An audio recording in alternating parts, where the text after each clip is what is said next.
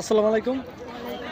আগামীকাল 14 ফেব্রুয়ারি Valentine's day. আপনি কতটুকু অনুভব করতে আছেন? অনুভব আর ভালোবাসা অনুভব কিসের? কালকে ভ্যালেন্টাইন্স ডে, আজকে আসছে এমনি ঘুরতে। কি অনুভব? অনুভব নাই,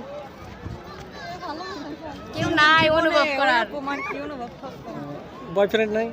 না থাকলে কি আর সিঙ্গেল ঘুরি? ফ্রেন্ড নাই?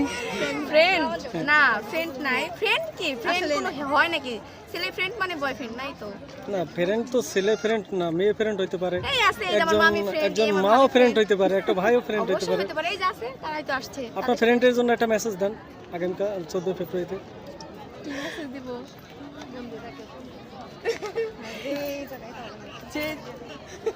যে জায়গায় থাকেন আপনারা সবাই আমার একটা ফুল দিয়েছে। সুন্দর হয়েছে। অপেক্ষা করো। আপনি কি করেন? পড়াশোনা করেন? হ্যাঁ, কিসে? ইন্টার সেকেন্ড ইয়ারে পড়ি। এ যাবৎ কতবার অফার পেয়েছেন? হিসাবের বাহিরে। কয়টা রিজেক্ট করছেন আর কয়টা এলাও করছেন? রিজেক্ট অনেকগুলা করছি, একসেপ্ট অনেকগুলা করছি।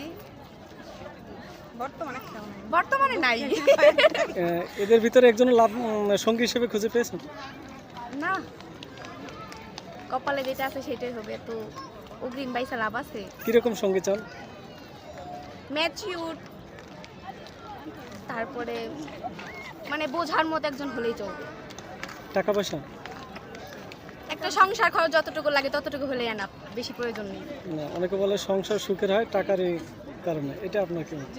না, রমণীর গুণে হয়। তারপরে একটা সম্পর্কের মধ্যে ভালোবাসাটা মোস্ট ইম্পর্টেন্ট। টাকাটা হয় না, টাকাতে সব কিছু কেনা যায় না। সুখ তো আর টাকাতে কেনা যায় না, যায় কি? না, এখন বর্তমান যুগে তো টাকাই সব, টাকা হলে সব সবার কিছু। মাইন্ড তো আর এক না ভাই। আমার মাইন্ডে যদি সেরকম হইতো তাহলে তো হইতোই। আচ্ছা, আপনারা দুজন আজকে যে একই শাড়িতে সেজেছেন, এটা রহস্যটা কি আপনাদের? এটা মামা ভাগ্নি, মানে সরি মামা ভাগ্নি না, মামি আর হচ্ছে ভাগ্নি, মানে ফ্রেন্ডের মতো থাকে তো সবসময় একই শাড়ি পরছে আর কি। এই তাই